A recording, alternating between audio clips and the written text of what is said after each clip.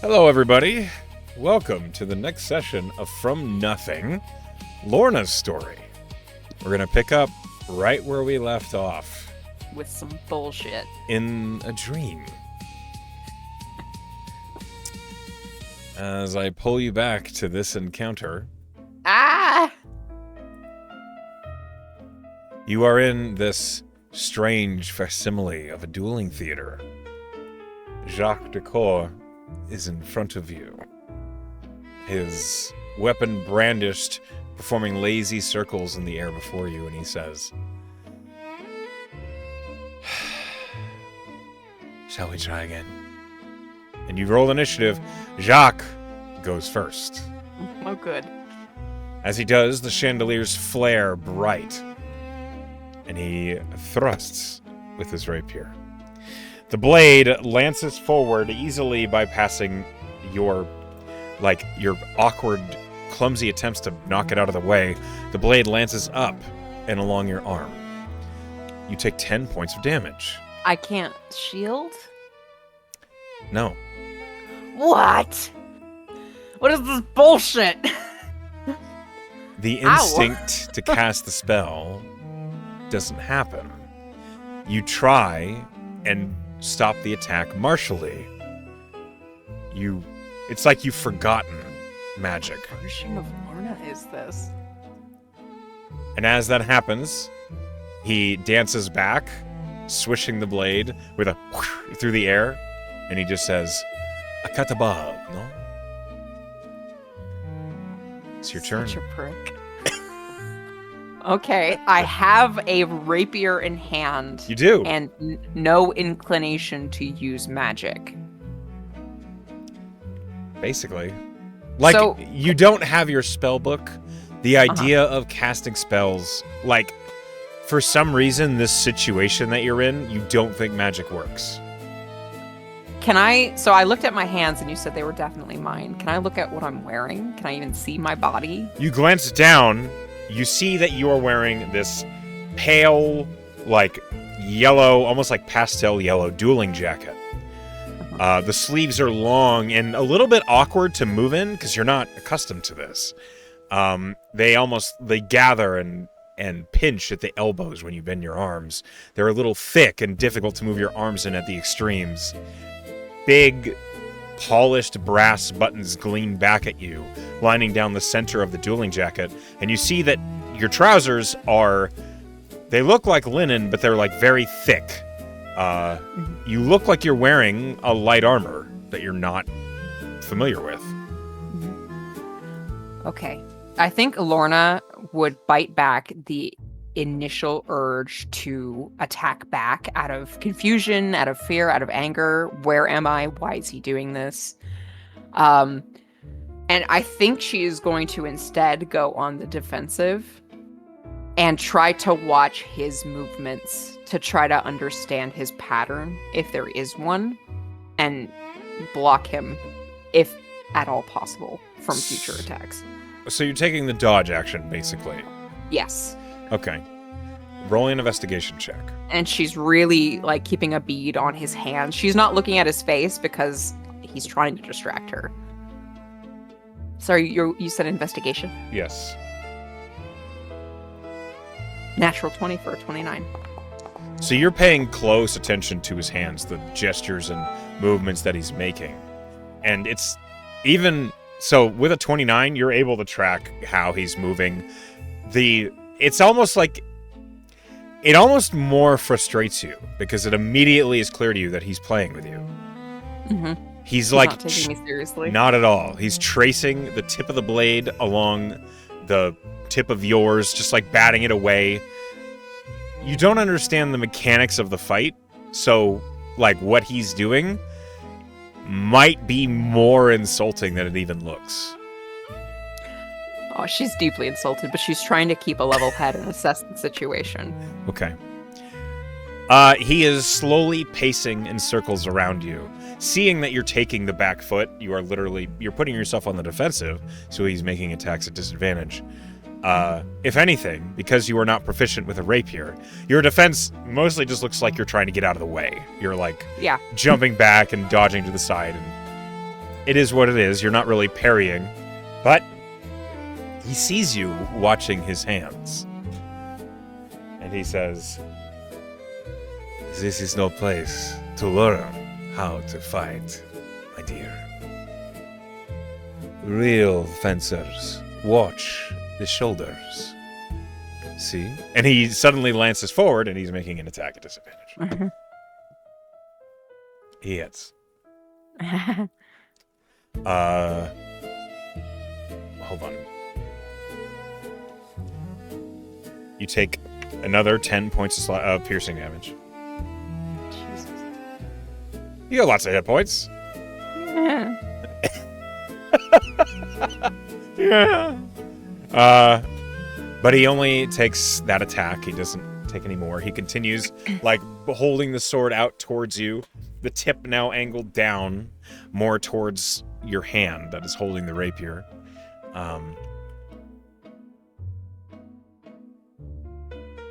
Every thrust writes your name a little smaller. Show me what you've learned in these few moments. Your turn. Does Lorna get the sense that she can speak? Does she feel like she has her voice? Yeah. Also, is it clear to her that she is in a dream? Is she like, He has said that to you, that you're in a dream. So she's well aware of her situation. She will... Well, first insight check. When he said pay attention to the shoulders, was he misleading her, or was that a genuine tip? Roll an insight check. 28. No, that was real. She will immediately transfer her attention to his shoulders instead, and while she's keeping her eyes on his movements, she'll say, "Hello, Jacques. To what do I owe the pleasure? I can't say I've thought of you in quite some time." Well, he might reply on his turn. She's taking the dodge action again. Oh, okay. Well, it's his turn. He attacks with disadvantage, and he says, he misses that time. Hold on. My compliments. That was not bad. Not art, but not bad. I have not thought of you for well over a year. And yet here we are. As you manage to dodge the thrust, he brings it back. He changes his guard, which now that you're looking at his shoulders, it's much easier to track him. Mm-hmm. So the hands are moving quickly, but the shoulders are showing you where he's going. All connected. Yes. It's your turn. First, she's going to say, "A year, that's pretty recent. So you're thinking of me again. Is that what brought you here?" And she is going to try to use this moment to find a break in his movements to try to get like a weak stab. Like she's going for an opportunity that she thinks she sees. Okay, you are not proficient in rapier, so please roll me a d20 plus your dex. D20 plus...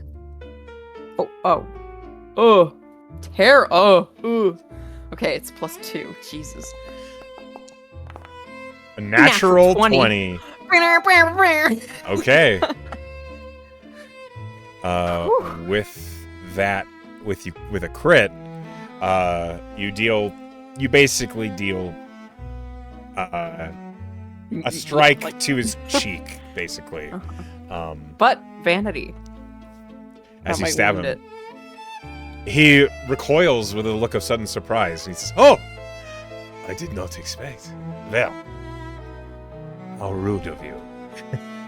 Rude of me? You did stab him in the face. He's been a dick this whole time. He's not going to stop. Go ahead and roll me a d8.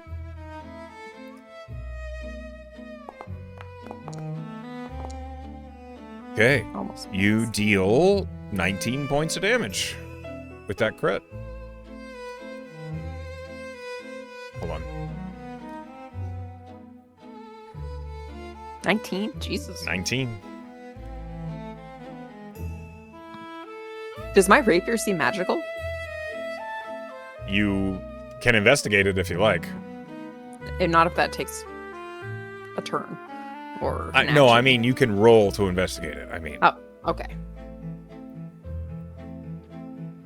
Natural 1 for a 10. With a 10, the blade is made of glass. Seems like a bad. It seems like a terrible weapon. decision for that, yes, but My assumption would be it's probably magic. probably. Or you're in a dream, and it's weird. True. Because you are, and it is. As you stab him in the face, he dances up close to you. Magnifique, I might even stop holding back. And he attacks. Straight roll. He hits. That's 10 damage. Gotcha. You get the impression if you get hit, it's going to be 10 damage. Yes. Did he deliberately not respond to what she said? You did stab him in the face. True. I don't even remember what you said because you stabbed him. I figured in the that. face. That's why I wanted to remind you. She just said, "Oh, you haven't thought of me in a year. Have you been thinking of me recently? Is that what brought you here?" Oh, to that he would say, "Not at all." Until suddenly, very yes. Okay. On That God. was his turn. Yes. It's her turn then. He is twirling the rapier's blade right in front of you, very close to your face. After landing that hit, and then he dances back.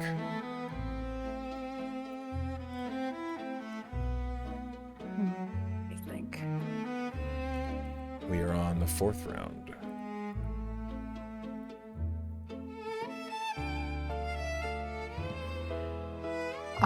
She will say, "This seems like it's more your playing field than mine. Don't you think that's a little unfair? I'm sure if we were doing magic, I could make you feel this way too." He will probably she reply. attacks. Okay, go for it. 20 plus 2. Oh god. Come on, natural 20 again. No, 11. He easily parries the blade to the side, and it almost hits you with how fast it snaps back toward you. And he says, "We have no intention of playing fair. This dance is for a purpose. Perhaps you may learn it by the time we are done." And he will attack. That barely misses. You manage to just bring your rapier down, almost instinctually, swatting at a fly, and his blade, like a grazing scratch down the front of your armor, but it doesn't actually hurt you. Mm-hmm. You hear the of it winding off of this dueling jacket that you're not familiar with. You are proficient in light armor, so you're not at disadvantage or anything, but it's just you're not familiar with this at all. You've never worn anything like this. Your turn. I know this is a tall ask. I just want to know if I can. Can she make an investigation or an insight or a perception check to potentially give herself advantage in attacking on her next turn, like a setup payoff, by just watching his maneuvers and not defending herself? I see. You want to spend a turn paying close attention to how he moves? Yeah, she's trying to learn from this experience between them. Give me an investigation. Okay. She's using her strength since I'm going to use my info to reroll that because that's terrible. Or I think I'm going to add my Vicar boon to it instead, which is a D10. Oof, 14. I'm afraid you That's fair. watch him, and it's clear he's professionally trained as a fencer. And his technique, even for someone uneducated, is clearly very concise. It's very tight.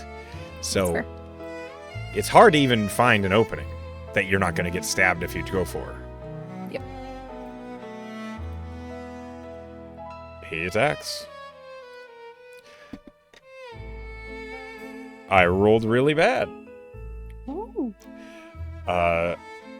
It's almost like a testing blow.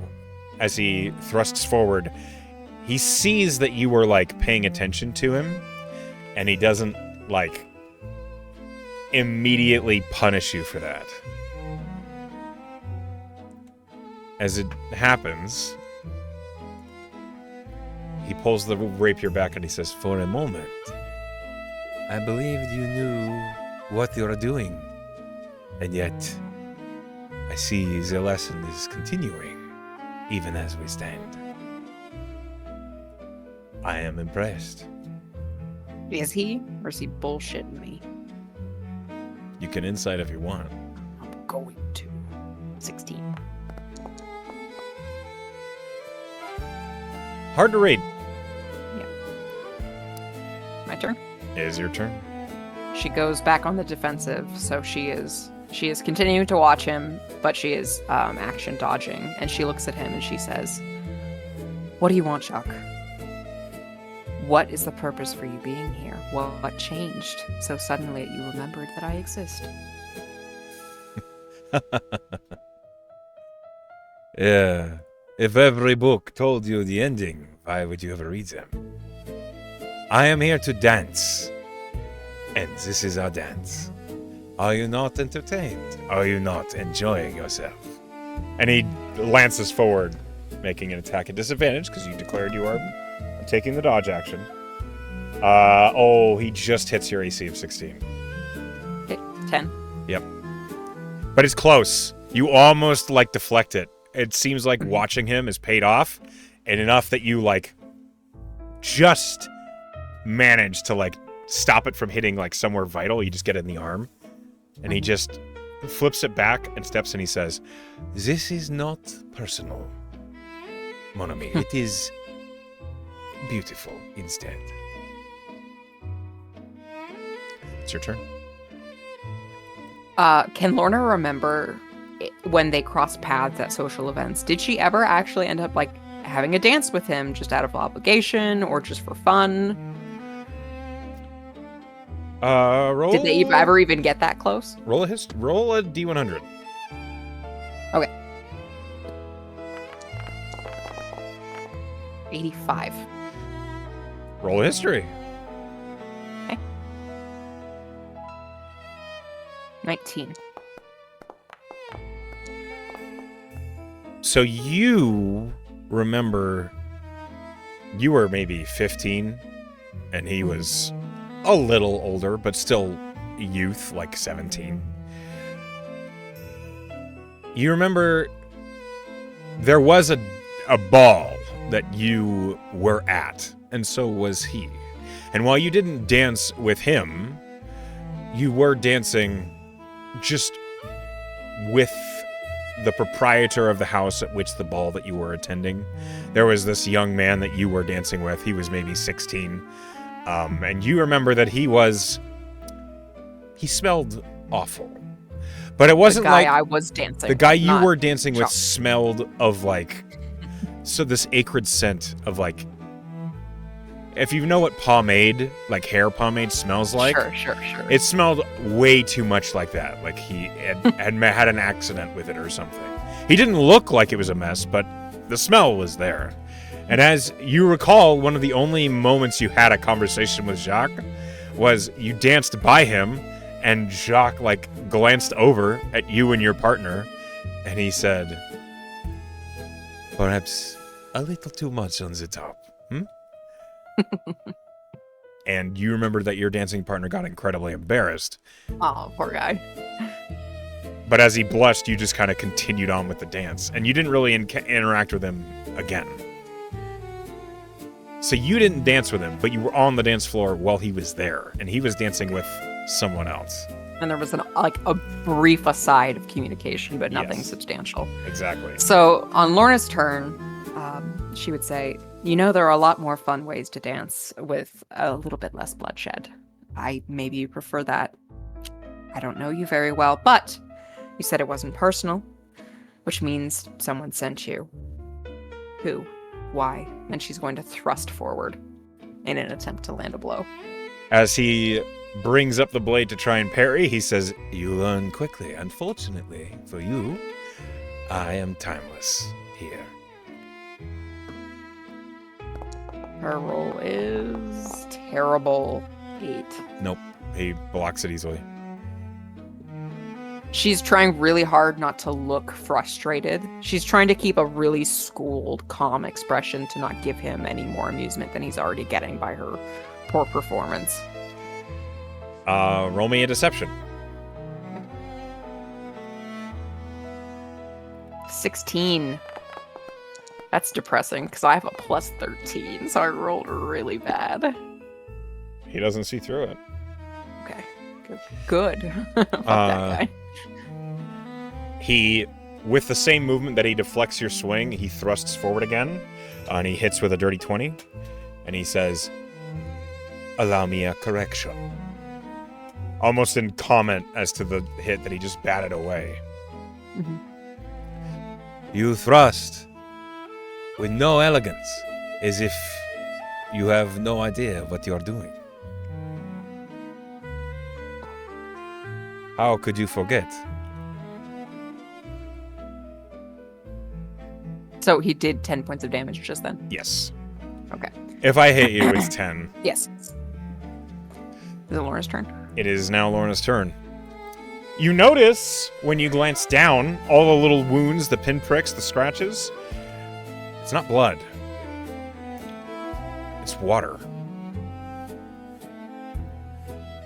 Like a water balloon? Yeah. Okay. Except you didn't burst. You're just bleeding water. Oh, Lord, she's seeping. Okay, on her turn, she says, "Believe it or not, I don't know what I'm doing. Unless I've forgotten something, my memory isn't perfect. I've discovered recently many memories that I've forgotten. How about you enlighten me?" And she's going to take the defensive again. Okay. As you take the dodge action, he just smirks as he goes to thrust and misses terribly. You basically jump out of the way and you take several steps, completing the circle, and he says, "Haha, brava, shall we call that instinct or desperation? I cannot tell how close you are to the edge yet. If you do not remember, there is nothing I can do to help you. I maybe show you. And it's your turn." Does Lorna remember? Whatever he's implying that she should know how to... Can she, feel the weight of this rapier in her hand? There's, a familiarity to it. Does she recognize the blade if she thinks hard enough? Does she feel connected to it? Is there something there? Roll a history.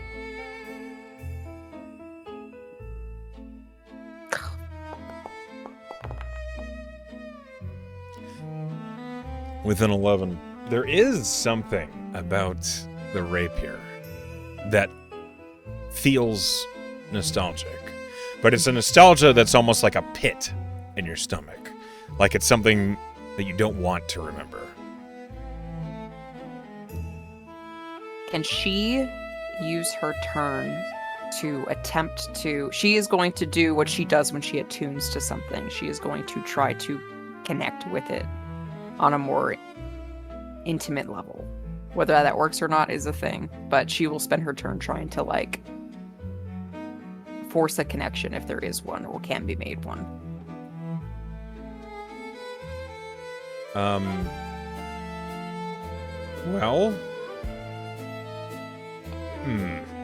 I'm not really sure what you'd roll for that. Roll me a charisma check. Sure. On that, I'm gonna re-roll. Can't have this many bad rolls in a row. So I'm gonna use an inspo. Okay. I only have one left now. You're really burning him on this. One. You burned another one earlier on an attack. It was a Vicar Boon. Oh, okay. Oh, yes! 24! So much better. With a 24, you focus on the hilt of the rapier. The grip upon which it's an unfamiliar one to Lorna, but at the same time, as you're holding on to the hilt, it feels familiar. Something you remember. Something that you don't want to remember. But I do. As you press your presence, your personality into the hilt, it takes a shape. The blade itself remains as a rapier, but in this dream, as you push into the rapier to make it attuned to you, what you see is the hilt of the rapier is a warm, gray, like dark gray skinned, slender hand in yours, as if you're shaking it.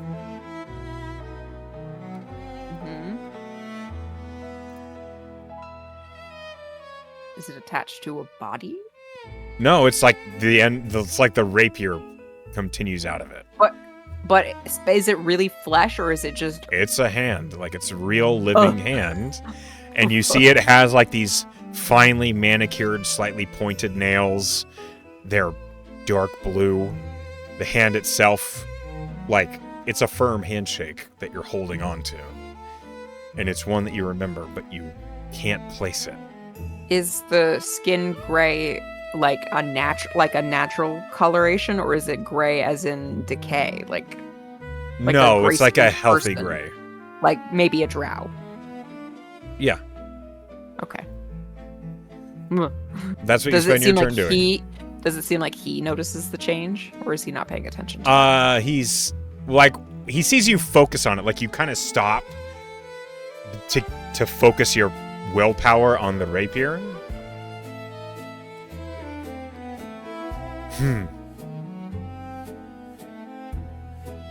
Oh.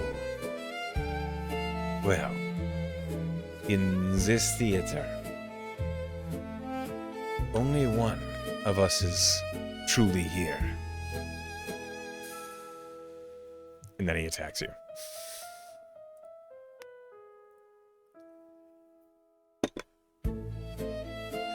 That hits. 10 damage.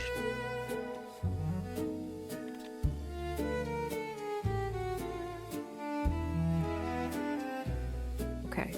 Is it her turn? It is your turn. She realizes that she's not going to get anything out of this man. He's going to keep his cards close to the chest because that seems like how he duels and how he deals with social interactions to keep the upper hand. Funny word. She knows this is a dream. She knows that she probably won't die. She's going to, and in fact, maybe this will get the result she wants. She's going to ignore him. Okay. Because he is amused by her questions and attention. So she's no longer holding the rapier in such a way to defend or attack. Her focus is on it and what is it's dredging up inside her. She knows intrinsically that there's part of her that doesn't want to remember, but she wants to bull rush past that. She wants to force the issue with a strength of will. Okay. Consequences be damned.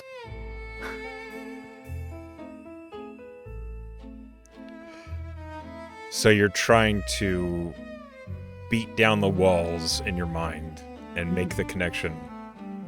All right. Roll me a wisdom save. Okay. 11.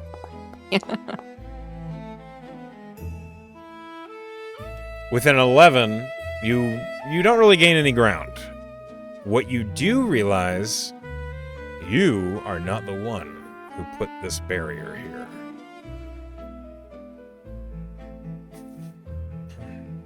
It's not it's not an obstacle that you've created. Does it feel like magic?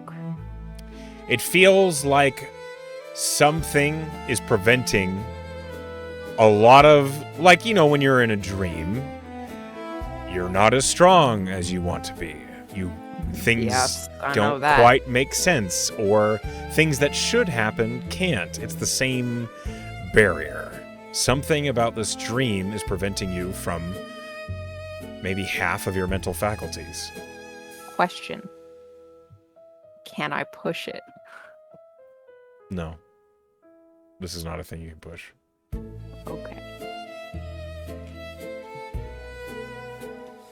When he sees you looking inwardly, and you don't attack him, and you haven't attacked him the last round either, he swishes the rapier away and just walks in a small circle around you. You are losing the dream. Try to stay awake, or we are not going to get anywhere. And we can't have that. We're not going to get anywhere if you don't tell me anything. You are not asking the right questions, Dahlia. It's your turn. Are you here for Dahlia or Adora? Is this something that I don't really have anything to do with? I do not know who Adora is. Insight check. Go ahead. Drow hand makes me think otherwise, but 29 for my insight. He's telling the truth.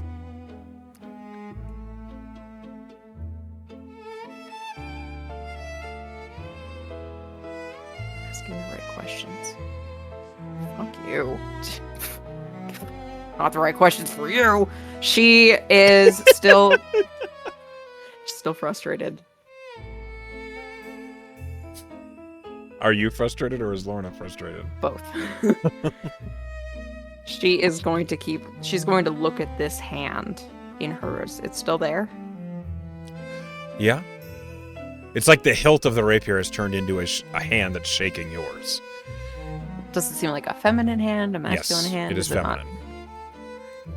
Can she try to remember more about, if she's ever seen this kind of hand before? Roll a history. She's still not giving him the time of day. Natural 20 for 29. There it is. You remember exactly where you've seen this hand before. You remember when you shook that hand. Just like this. You remember it's not a drow. It is a dark gray skinned tiefling. Oh. With black horns and a sense of condescending arrogance and money about her. You remember Hale, the master, as you shook her hand so long ago when you agreed to her terms.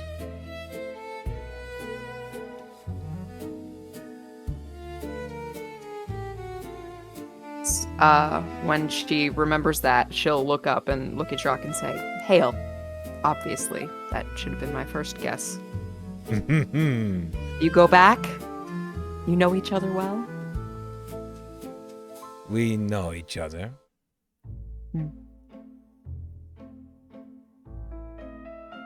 She sent you to bother me in my dreams because she's not doing it herself anymore. What makes you say that? Because you're in my dream and she's not, and she's done it before. He laughs as he kind of twirls the rapier around his fingertip, and then he brings it back towards you, and he says, Dahlia, I am merely here as a distraction. a distraction that you cannot leave until this finishes, one way or another.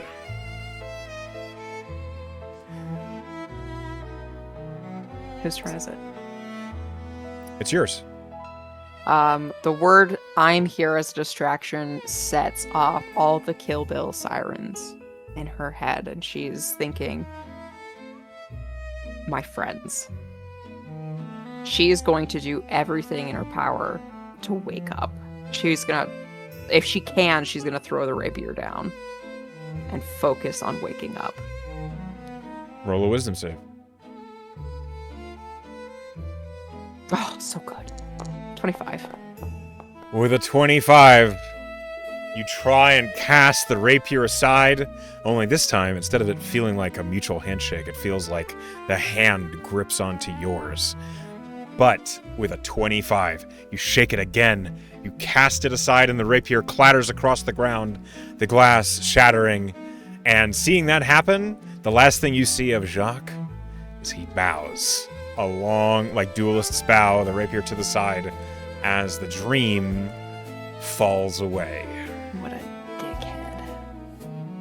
And as that happens, you realize as you're awaking, next to you, you hear Tier, like just saying, Lorna! Lorna, now! And Oh, damn it. this is what you see. Fucker. No! My friends! You are prone on like the sleeper couch in this car. Tier is next to you. He's clearly bleeding. Anscombe is in the doorway of the sleeper car. And you can't see who he's fighting very well, but it's clear he has his blade summoned. And when Tier sees your eyes open, he says, "Fucking finally! Get up! We're in trouble!" Yes. Yes, she gets up. She jumps to her feet. Roll initiative. Is she injured? You are hurt. She is. Motherfucker. But as hurt as he did to her. Oh, terrible roll too. She's groggy. 4. 4. Okay. Awful. Ah! Okay. Unfortunately, this is the ground upon which you stand. Lilith is in a fight with someone in another car.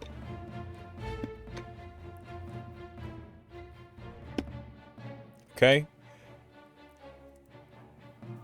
Tier looks at you and he says, "Why are you so fucking hurt? Why are you bleeding all over the place?" Dream bullshit. Don't worry about it. We'll talk about it after.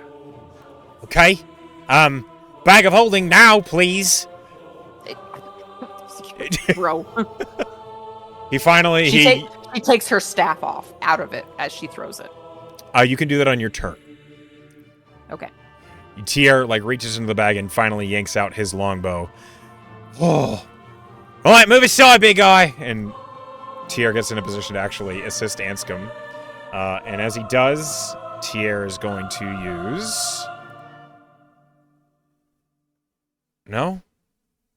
He's going to put a hunter's mark on somebody. Over his shoulder, Anscombe says, "Is she up?" Oh, thank fuck. All right, good. It's this guy's turn. You watch as bolts come flying down the hallway at Anscombe. He takes a couple bolts.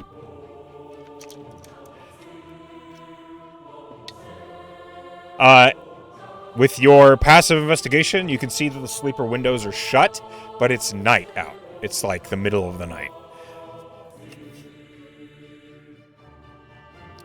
This guy moves in front of Anscombe. You can just see him out the sleeper door as he brandishes a wicked-looking blade. Hits Anscombe once. Okay.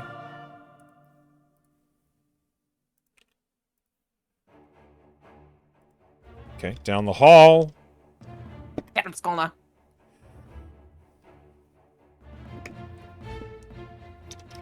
More rolling. Hold on.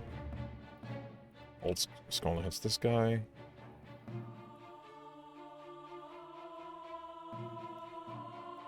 That's her turn. You're at the bottom of the order. Yeah, I rolled real bad. Yeah, you did. Okay. That's fine. This guy's attacking Skolna. Okay.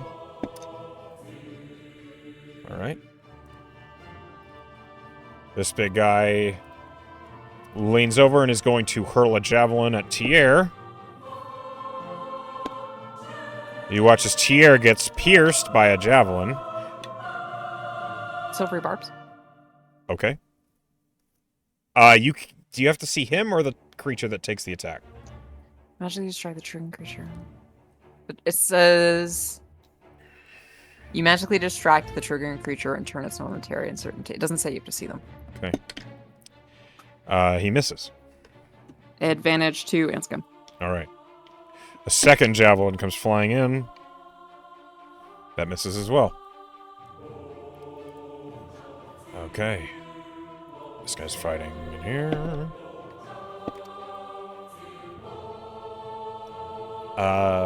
You hear Lilith say, "Norite shit!"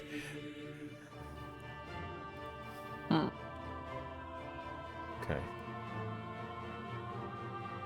Hold on.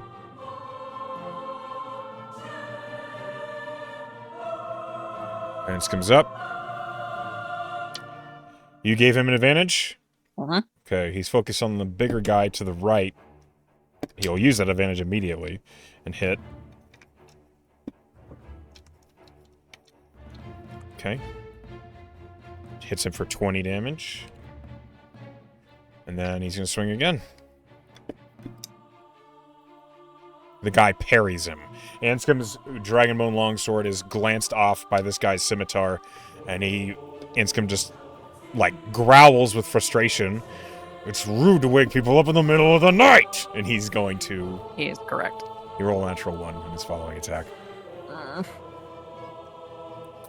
Okay. Lorna, your turn. Nore! Okay. She is going to cast Haste on Anscombe. Okay. You pull out your staff. Mm-hmm. Yes, she pulls out her staff. Unfortunately, it does take your action to take an item out of the bag of holding. So I don't cast anything. You can cast a bonus action. Okay, hold on. Or you can cast something that doesn't require the staff. Cantrips. Or, wait, hold on. Ooh, this is just verbal. Okay, so she is going to move. So staff is out. Okay. This is just a verbal component. She is going to use command on this big asshole because he looks like a dolt. And she's going to say grovel. Grovel, okay. Wisdom save? Yep, 18. He fails. Whew. He goes prone. Or he will go prone on his turn, I should say. That's your turn? That's her turn. Okay. Lilith, dealing with the guy in front of her, says, "Noise down! Where are you all?" I hear you, I'm coming! Lilith crits this guy. Yeah! Vengeance Paladin! She'll pump a smite into it. Yeah. Fuck this guy. Why not? She only has a few spell slots, but she'll spend one. Let me roll all these dice. So hold on. That's 12, 15, 18, 26, 34 points of damage. Jesus. Love a paladin. And then Lilith swings again. It misses. Jesus Christ. Lilith's gonna second wind.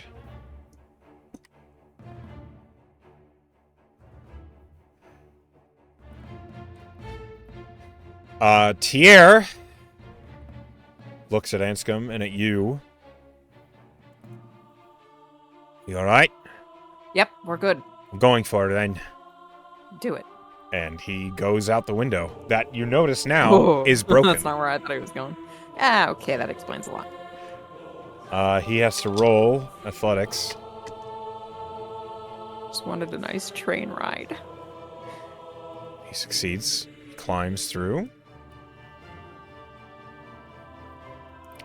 And he's going to cast Cure Wounds.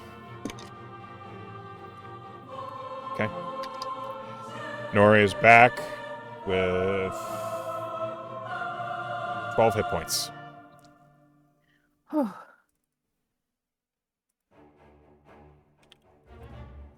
Okay.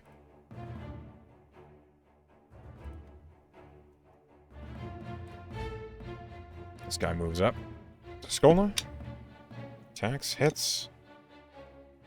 Skolna takes 15 points of damage. Attacks again. Hits. Skolna takes 13 points of damage.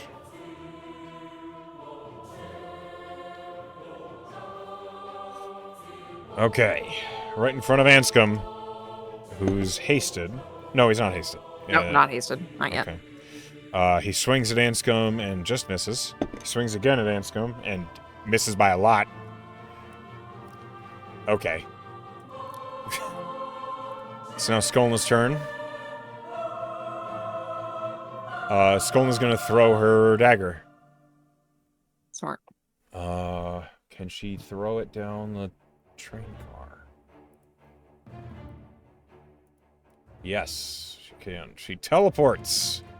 Yeah. Here. So worth the money. And then she's going to bonus action drink a potion.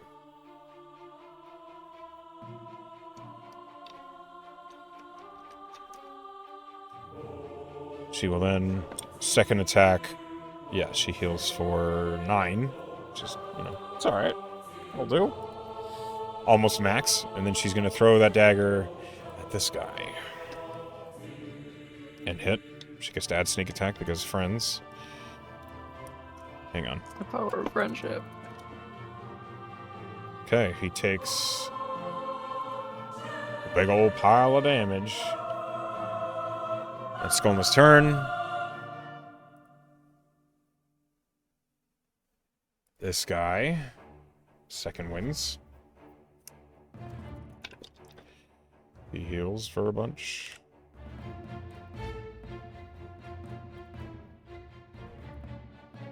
Gonna try and attack again.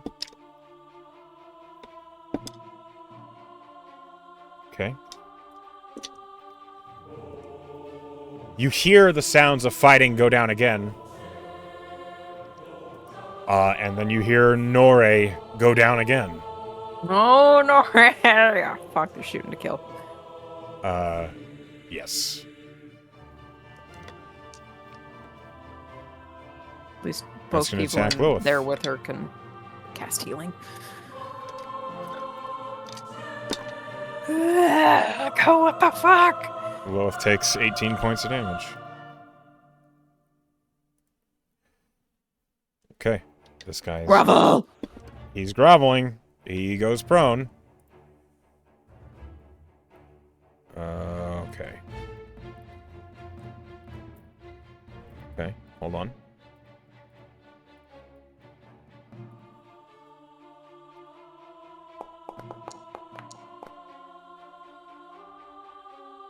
Can Lorna say something just before Anscombe's turn? Yeah. When you're done, step back into this car. Or at least get yourself past the doorway into the car. You got it. This guy just... Wait a minute. He just went, didn't he? It's not him. I just have him mixed. This guy moves. He moves up here. You watch as an arrow bounces off the door frame around Anscombe. And then a second one punches him in the shoulder. Anscombe takes 11 points of damage. Okay, it's now Anscombe's turn. The one who's groveling, he doesn't really care about. He's going to swing at this guy.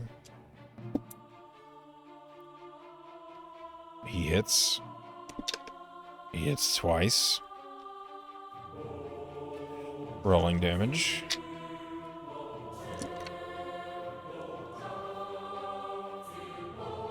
So 18, 24. Anscombe deals 31 points of damage with those 2 attacks to this guy. And then, as you say, he's going to step back into the sleeper car. He will provoke from that guy, who will swing and miss. Anscombe will second wind. Smart. It's a grinder out there. Mm-hmm. And Skolna's out there. Got it.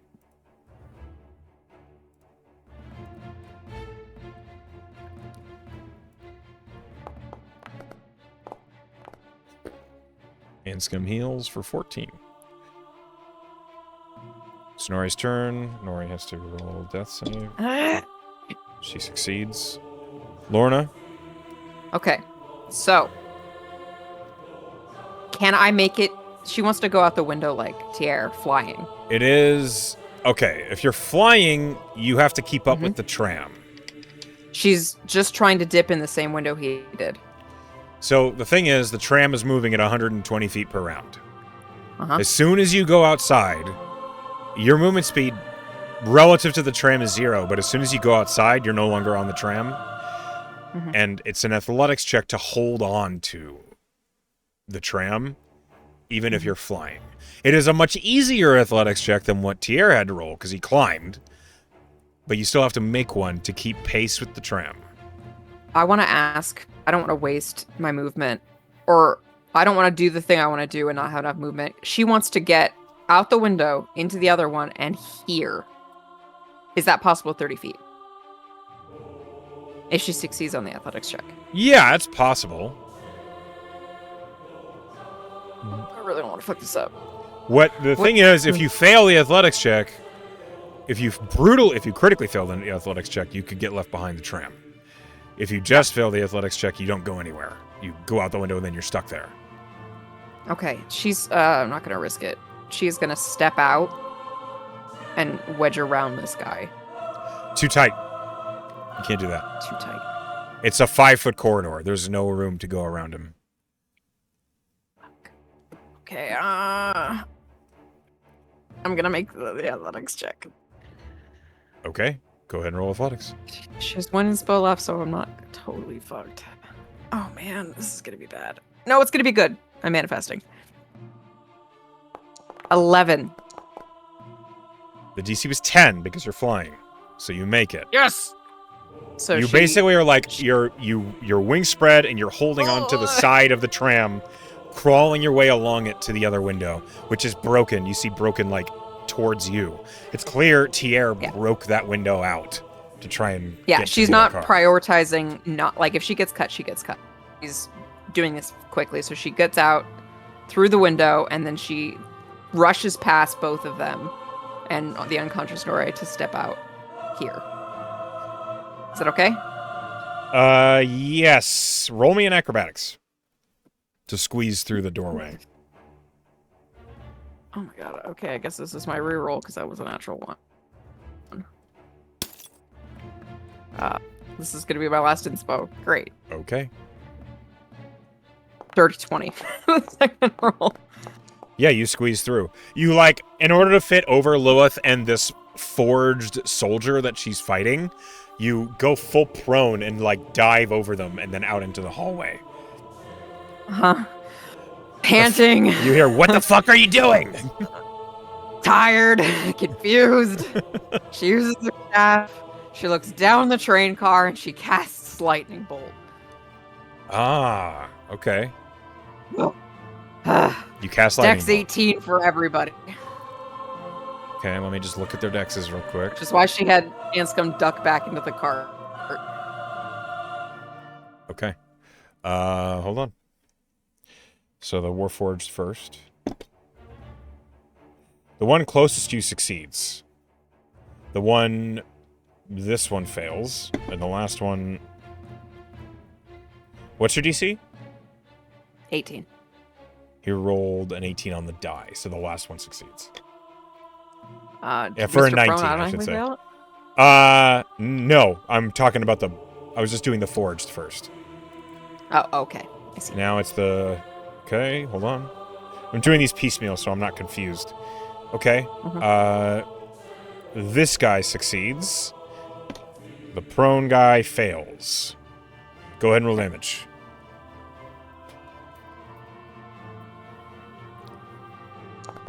34.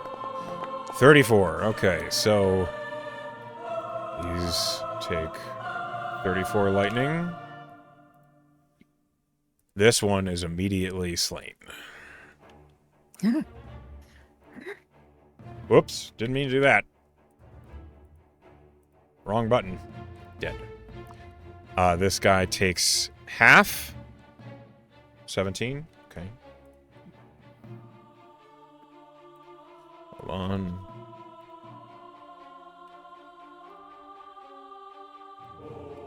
And 17. Okay. It's a 9. They had temp HP. Boo. Fuck. That's her turn. She's there.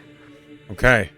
So Lilith was like, "What the fuck are you doing?" And then, boom, she's like, "Oh, all right, good call. Sorry." It's now Lilith's turn.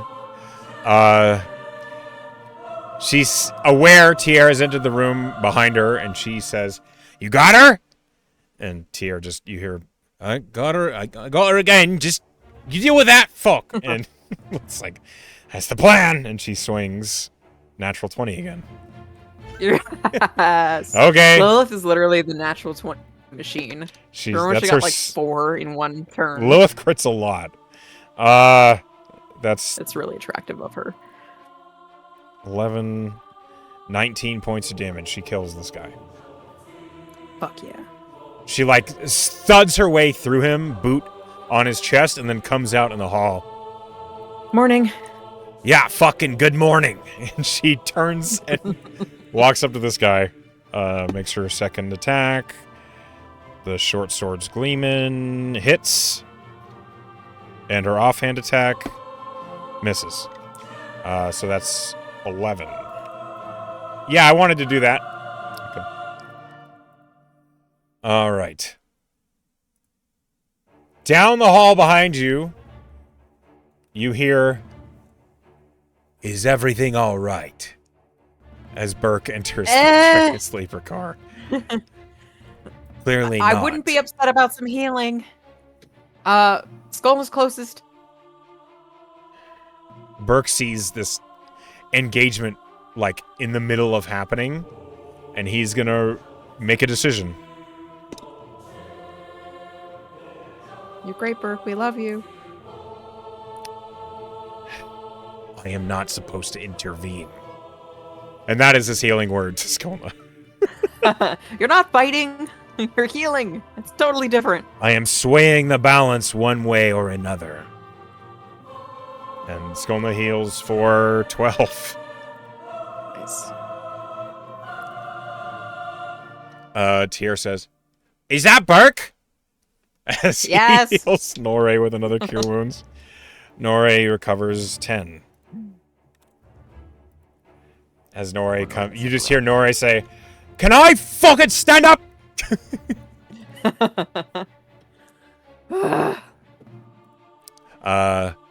Tierra, that was his action. That's what he's got. He's not gonna bonus action or anything. Okay. This guy sees you out in the hallway. "Target's up! Down the hall!" And he raises a pistol. And he's going to shoot you. Oh, fuck. This is... He brought a gunfight. He did. Yeah. He brought a gun to a fight. That's a job. That's a 24 to hit. That hits. Yeah. Ow. Hold on, rolling damage. You take 14 points of piercing damage. Oh my god. And 12 points of fire damage. Ow! Jesus. And then he cocks the It hammer was and like fires right again. through his shoulder. Oh, fuck. I have 29 out of 105 hit points, by the way. That is a dirty 20 to hit. Yep. Okay. You take 15 points of piercing damage. Oh my god. And 14 hit points. 6 points of fire damage. Ow. And he's going Looks to rough. spend his bonus action to fire again without proficiency. Oh god. That is a 6 to hit. That does not hit. Yeah. He didn't get to add proficiency that time. So, like, he sees you, he draws this revolver, and you just hear... And the first 2 shots just nail you in the chest and shoulder, and the third shot goes wild and high. Fuck!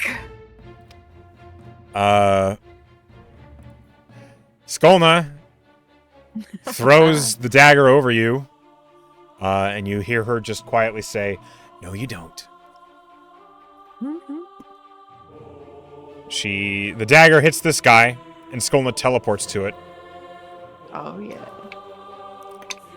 Does get sneak attack because Anscombe and Loeth. So that's 5, 11,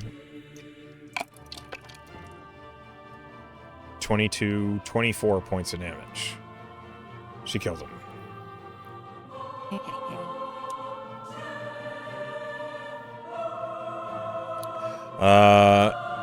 Skolna will then look back and forth between Loeth and this guy who's prone and about to get up.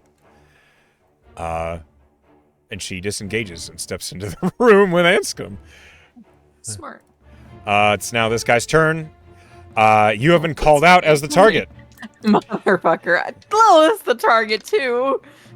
It I'm seems way like there's a squishier priority, yeah.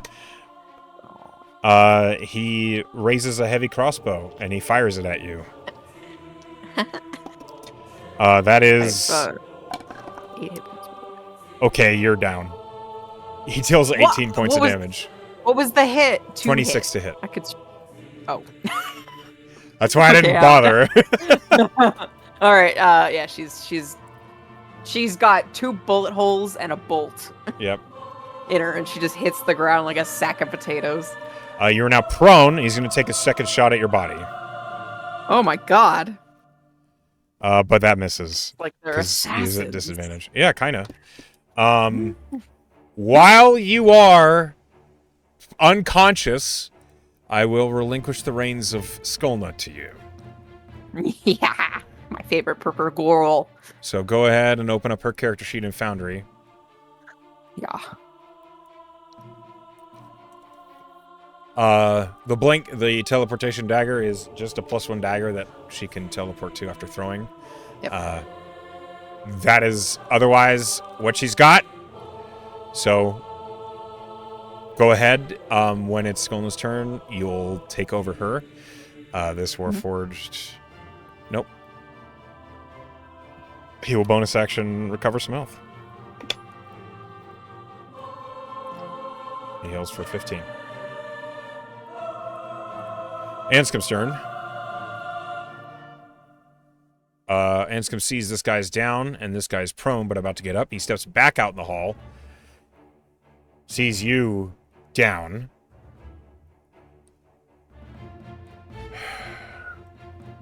You're gonna pay for that.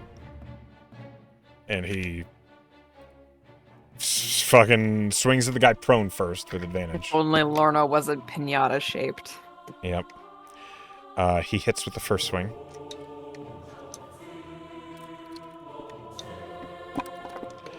Dealing 15 points of damage. He's going to do it again. He kills him. One left. Then he's going to action Right. surge. Step up to the next guy.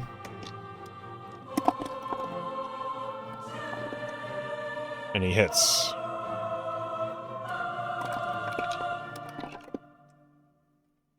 $15 points of damage.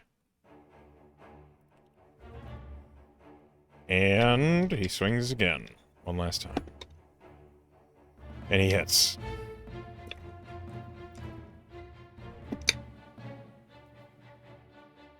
$18 points of damage. He kills him. Is that Lorna? everybody? That is everybody for the moment. Lorna, I need you to make a death save. Okay.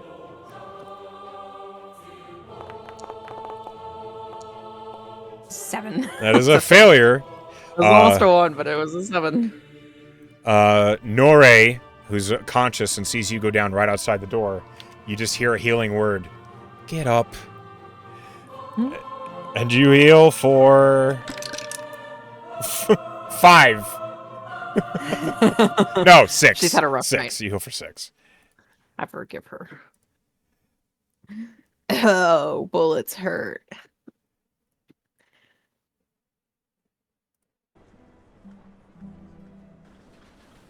So, as you are conscious once again, and all of these, well, we end the initiative here because no one is unconscious anymore. Let me go ahead and put these away.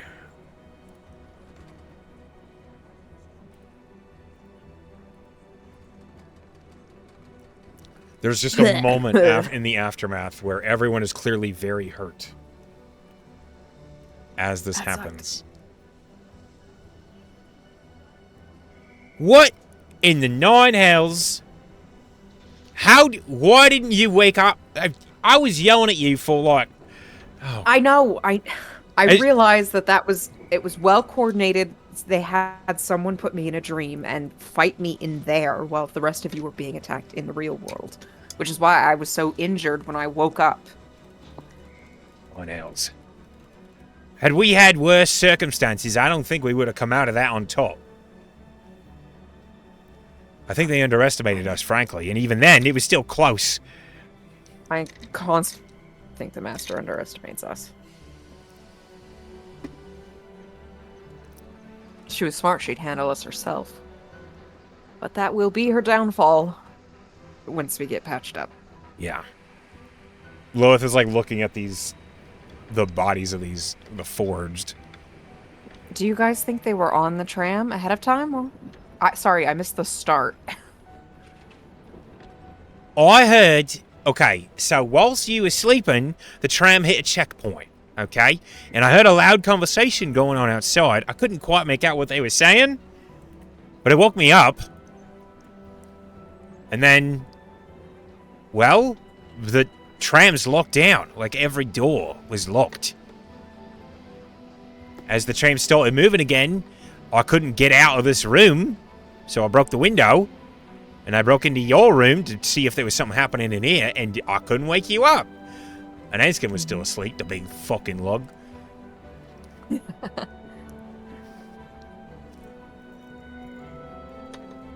Lilith So you think they boarded the tram? Yeah, somehow they got in charge. They got control of this car, at least. Do you think anybody else is in trouble? Should we see? We should go look. But, I mean, it's pretty clear they were after you and Lilith. Yes, yes. They knocked Lilith out before you They got could up. hurt people on the way in. Oh. They hit her with a Great. sleeper thing. I don't know. And Lilith just... I don't know. I was unconscious for a round, at least. But Terrace woke me up. Good lady to have on your side. Well, when I wake woke myself up, I'd been stabbed several times, so... No. I mean, I appreciate let's talk about the this wake after up. we assess the tram. Burke, To see if it's even going to be operational. Burke, who's like down the hall, just says, I just came from the rest of the tram, and everything else is quiet, and people are sleeping. This car was silent until I got into it. I see. This was a planned the ambush tram- of some kind. But the tram is moving, obviously, because she was on the outside. I don't think Alexios was involved in this because he would have been here. So I guess he did say there were more than one group vying for our heads. Yeah, I know these ones. And she kicks one of the forged who's on the ground. Is there Ceresian, I'd imagine? Yeah. They're a hit group, Who do they or work at least for? they're members of a hit group. They call themselves the Workshop because every member who proves themselves get to become a forged. Oh, that explains it.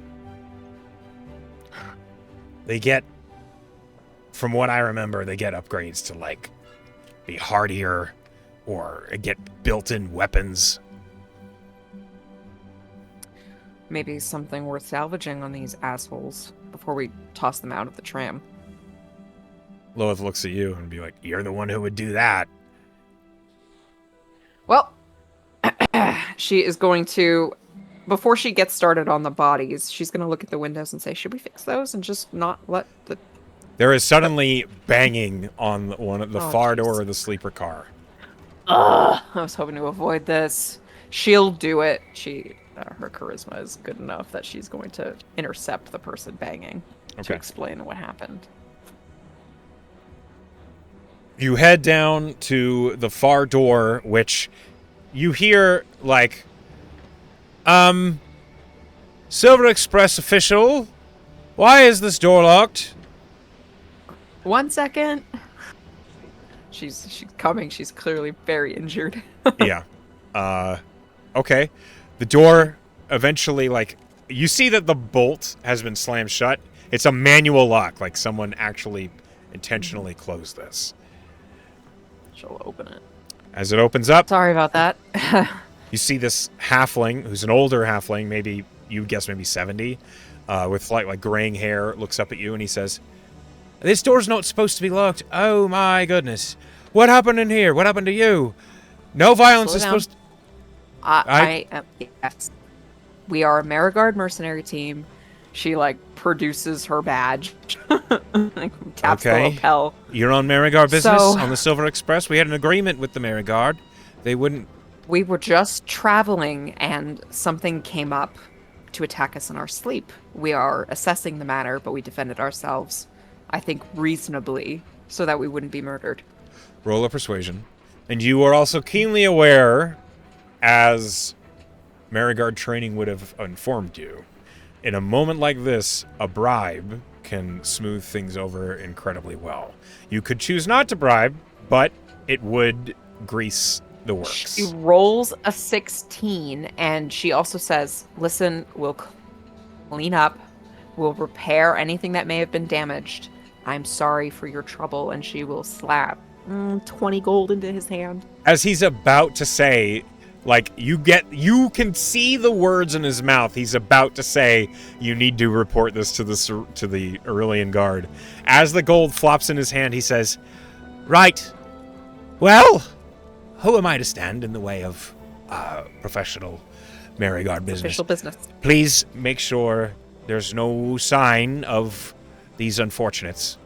And you won't even know we were here. You will be billed for any damage if there is any left. Yes, sir. I'm trusting you personally. And he like glances at the tickets he's holding. He's like, Lorna, how do you with? I'm trusting you. And you will hear about this if otherwise. Of course. Good night. And the door shuts. All right. I'll fix the windows after we get the bodies out of them. Yep. I don't know. Loot and boot. And Hanscom begins like picking up. And he picks up the guy that had the revolver. And he looks at it. That fucking hurt. Any of us use guns? Any of us want to use guns? If I knew how. You know, it's in my blood. I guess not. Well, I'm Sarisian. I should at least have a gun. He shrugs and hands the pistol to you. She's gonna start learning how to use the pistol. Everyone beware. It is what kind of gun is it? It is a Spitfire Special. It is a magical revolver. It is. Ooh. You don't need to identify because it says it all over the hilt with maker's marks of Castle Arms. Cool. So she will take that. She is going to let everybody, like the humanoids, like the non-forged, she's not going to prioritize those. She is going to ask for Skolna's aid in this. Look at the forged and see if she can repurpose any of their weapons or their mechanical bits. Scrap salvage. Roll. So are you proficient in tinker tools? I was hoping Skolna's thieves tools could help me out here, but Thieves no, tools do not build, dismantle, or construct anything. Thieves tools get it past locks and disarm traps. Gotcha. Sometimes you can kind of leverage thieves tools to do other things, but not in this case. Gotcha. One moment. Mm-hmm. Okay, so you are looting the bodies. She's trying to salvage any mechanical parts from the forged. She doesn't have the right tools for it, but she and Skolna are geniuses. I'm sure they can try to get a little creative. I understand if it won't work well or at all, but I want to try. Okay. You can roll me an Arcana and an Investigation at advantage. Okay. Arcana is an 18. Okay. Investigation at advantage is crazy. 27. 27. Okay. Each forged that has been defeated, each of them has... Well, the first thing you notice is that their weapons are built into them. Of course. Their swords are arm blades, and they retract completely. And how they were throwing the javelins, they were not throwing them. They were launching them. On the right hand, you see that their forearm is basically where the arm blade kind of telescopes up into. On their left hand, it seems as though there's like a bracer that unfolds into a projectile launcher that shoots the javelins out. Complicated. And each one, it has some magic to them. Based on how they're built, you suspect the arm blade and the javelin is basically like the equivalent of a +1. But there's no way to, like, collect that. As soon as you dismantle it from the body, it's just a sword without a hilt. Or it's just javelins. It is the upgrade to the body that gave them their magical properties. As you're investigating them, you do find one of them has like a necklace with a ring on it. Oh. Yoink. Magic? She'll look at it with her detect magic eyes. It is magical. And it's not like a ring on a necklace. It's more like a necklace in the shape of a ring, now that you're looking at it. And as you kind of investigate it closely, you realize it was a trick of the eye. It, like, inside the ring is this blue crystalline, like, almost transparent shape. And you see it has, like, these little brass veins running across it. This is a magical item you've not quite seen the likes of before. She will identify. Okay. You identify it. Do you spend a spell slot to do so? She will. Okay. She has to start cleaning up soon. So Yep. she's going to expedite this. All right. Hold on a minute. You immediately learn the item is called a Ward of Barriers. Okay. This amulet, you understand, projects an invisible barrier around the wearer, granting them resistance to a single type of damage. The type of damage is chosen when the ward is attuned.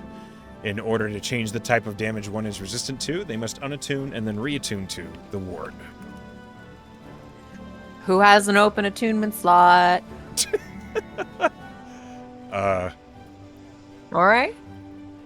I think Nore. Pierre? Nore says, I do. Would you like a ward of barriers to gain resistance in one type of damage? Sure. Does it matter what She'll it's... like resistant to? Do I pick? No, you get to pick when you attune to it, and you can change it after you unattune and reattune to it. So it can be circumstantial. Oh, yeah, sure.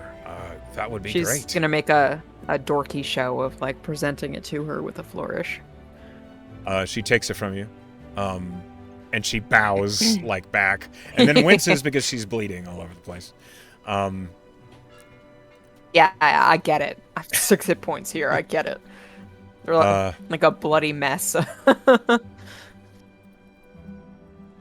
As she takes it from you, she does inspect it, and she seems pleased. Hold on a minute. Let me just let me find this thing. Okay. This is what it looks like. If I could show it to you. Journal, please. Well, do it. I believe in you. Show players. There we go. Woo. So Nori will add it to her inventory and begin the process of attuning, and she considers tattoos. a bit, yeah.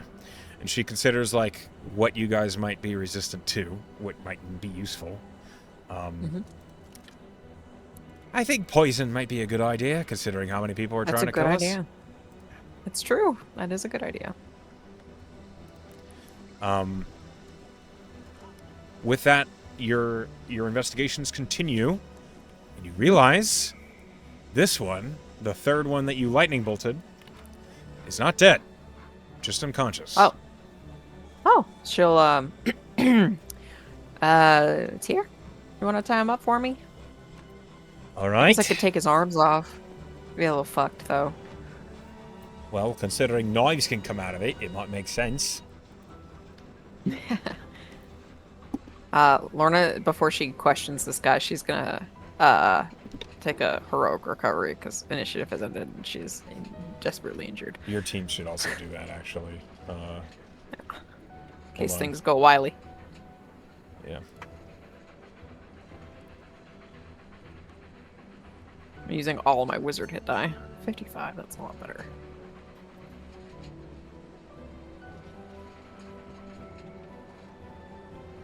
Let me just roll these party members up. Yeah.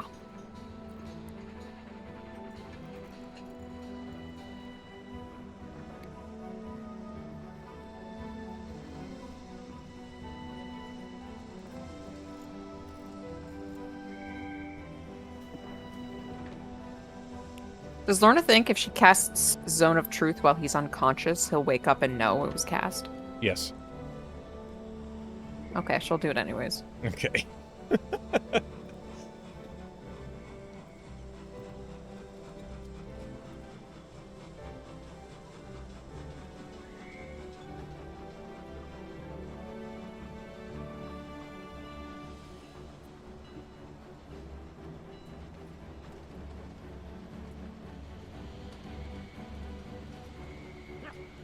Excuse me. Okay, your party has short rested. Most of them are looking pretty good. Nori's still a little hurt, but she was brought to unconsciousness. Yeah. All right. So you cast Zone of Truth on this guy. Yeah. And once he's sufficiently tied up. Hold on a minute. Yeah, Tier rolled a 23 on his survival. Can she also... So she's got Lorna's lip lock, yeah? Can she cast them on the exit bits where his weaponry would extend and to gunk it up? You know, based on your own investigations, the magical nature of the weapons would prevent that from affecting them. All right. Okay, well, he'll be fine. So they'll prop him up so his back is leaning against like the side of the tram, and she'll just kind of crouch in front of him and say, "Does anyone have a glass of water?" Anscombe hands you his water skin. Thank you. She will splash him in the face. He awakens. Hopefully that would. Hey, buddy. Right. Morning. Morning. So yeah, and I've had some pretty bad wake-up calls recently, so I figured that you'd probably forgive me for this. He seems very aware of the situation that he's in. As the blue light behind his eyes like flicker on, and he blinks and looks around. Charisma 18 on that zone of truth, by the way. Did he pass it or fail it? I will roll it now. Because he has to be conscious. He fails. Okay, so he knows. So, I've obviously cast Zone of Truth, you know that. I would like to have a nice conversation with you. And if you actually have something interesting to tell me, we won't throw you out of the tram while you're still conscious. You might even live. He considers... Doesn't that sound great?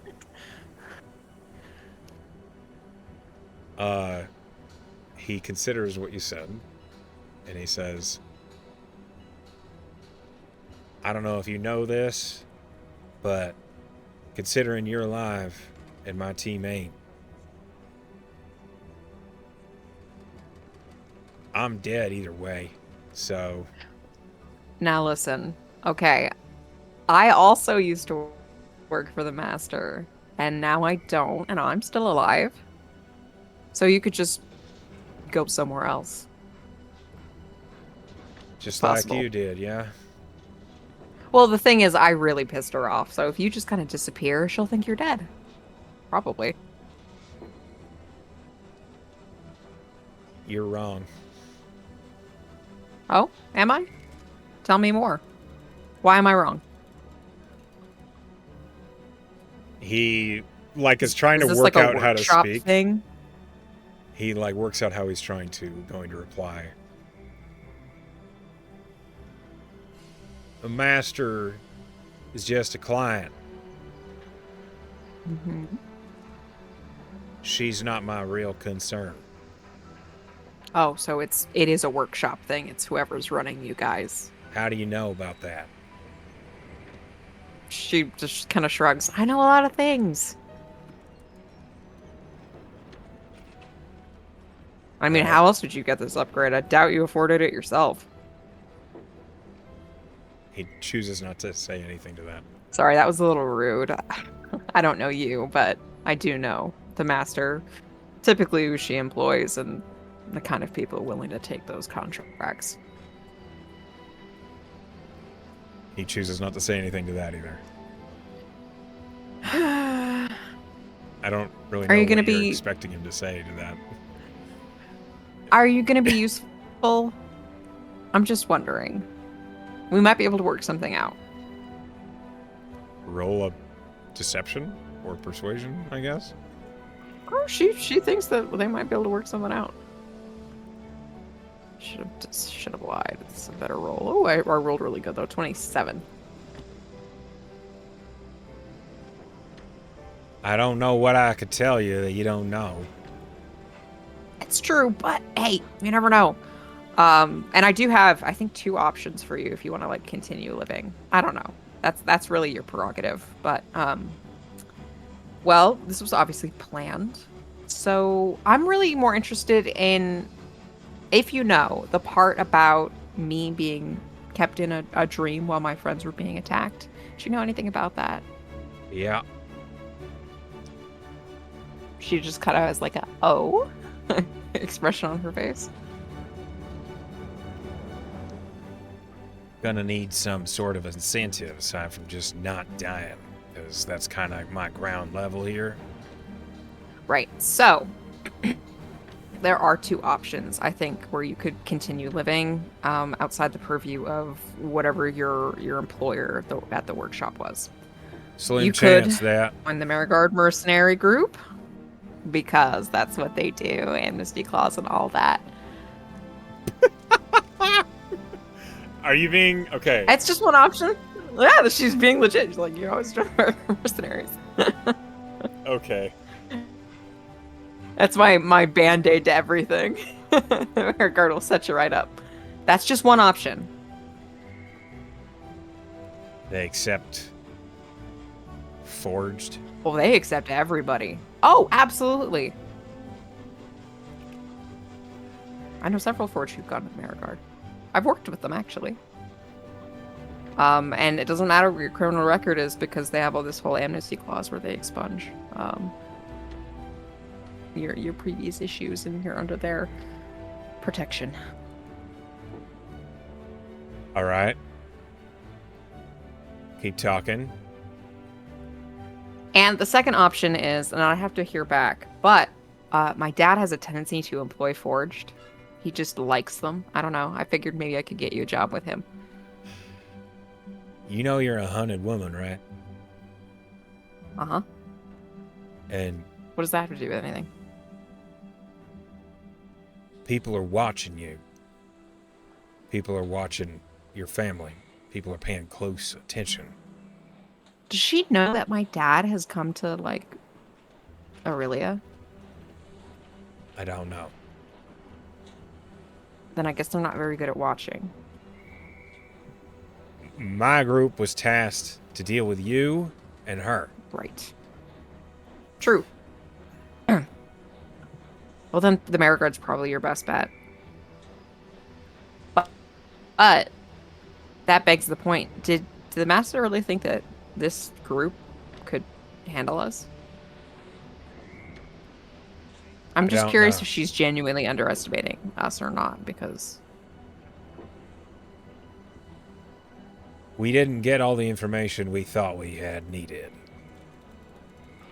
Like? What information did you have? Like, what did you know about us? She's a paladin. That's new. Yeah, it is. He wasn't around. Last report. Still looking at Burke. Yeah. Mm-hmm. I don't know where y'all keep getting all this money, but y'all have gear that looks, well, expensive. Guess what? Marigard paycheck. So, if that's also an incentive for you, they probably pay better than the workshop does. You don't join the workshop for the pay. Oh. I joined the workshop because I was dying. Oh, see, that's what my dad does. He funds people for their forging, and then they work for him. So I get it. Like, that's not unfamiliar to me. I'm sure he's a delightful fella. It depends on who you ask. It's real nice having someone with leverage So- over your body. Oh, tell me about it. So I broke free from the Master because I didn't like her telling me what to do anymore. And the Marigard gave me the ability to make my own choices. She's just a client. We don't Mhm. answer to her.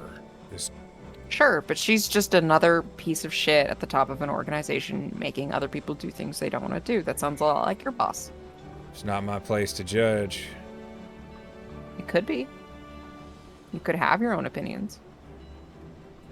I do. I just tend to keep them to myself if I can. How's that gotten you? Here. Mm-hmm. She'll look at Skolna. Do you have any other questions for this guy? Skolna seems surprised that you've asked her. Her opinion is the most important opinion to me. She just shakes her head. What do you want? What do I want? I don't know. I'm just always trying to get one hand over the Master. And I know you don't work directly for her, but I thought I'd ask. You said something like you might have known more about the dream that I was in. Could we talk about that a little bit? Sure. What do you want to know?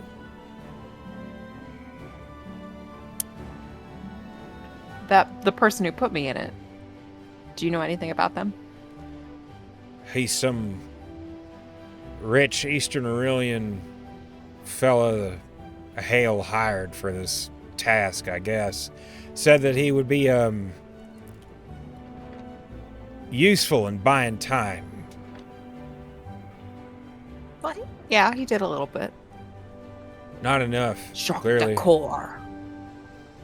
Well, he let it slip that he was distracting me, which hastened my exit from the dream. Of course he did. Guy was all ego. Oh, yeah. It was really annoying, actually. So you met him? Yeah. Where did you meet him? David Major. And he recognized me when I was brought up. He was the one who went to us. Oh, okay. Now you need to tell me more about this. What do you know about the workshop? Just look at Lilith. What I said. Fuck. Do I look like I hire criminal hit organizations?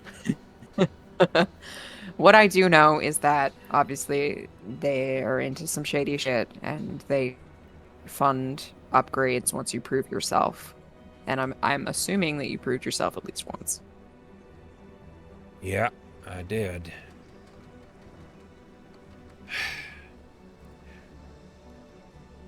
We have... I'm trying to figure out what I can say that won't get me killed. I thought you said you were already going to be killed. There is on the list to get killed, and there is getting prioritized to get killed. Do you understand the difference? Yes. I'd appreciate it if you just kind of like told me everything anyways. Can't do that, but I can say this. What if I said I could give you the tuition to go to the Marigard? Eh? It just feels like your best bet if you're going to live at all. My best bet? I'm not making it to Ferrum alive. Jeez, you are such a downer. What if you just thought maybe you could live if you tried? What, are you gonna escort me? We're going to Augur City. Obviously. We're on a tram You headed just that head way, straight to so Ferrum. Yeah, obviously. that's a lot of ground. I could potentially give you the teleportation key to get into the Marigard. I might have to call ahead.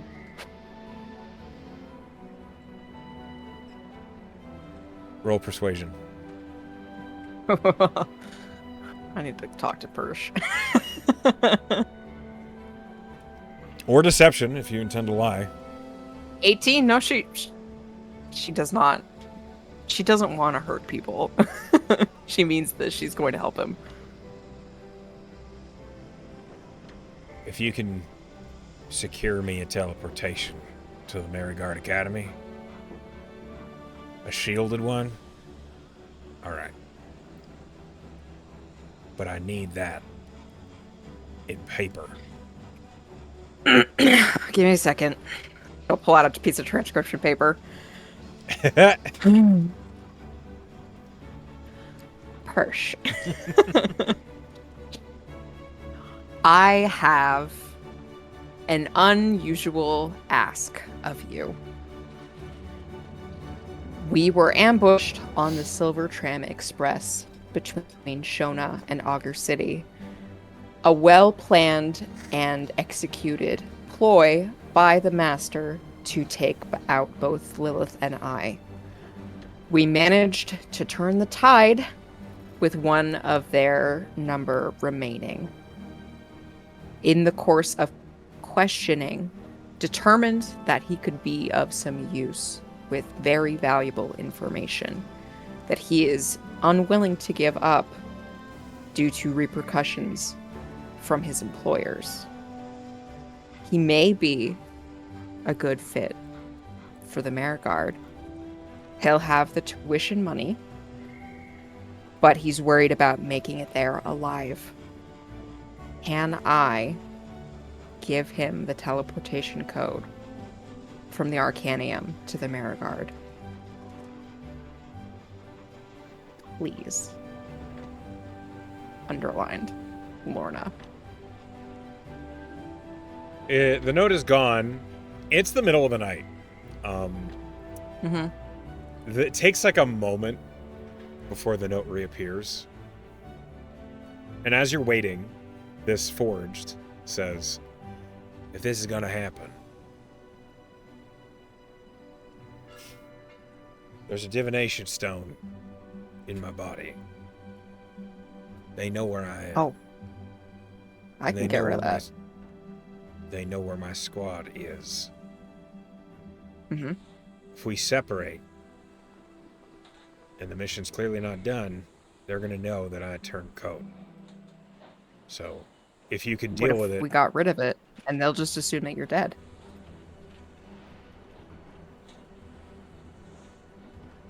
You can do that. I'll tell you whatever you want to know.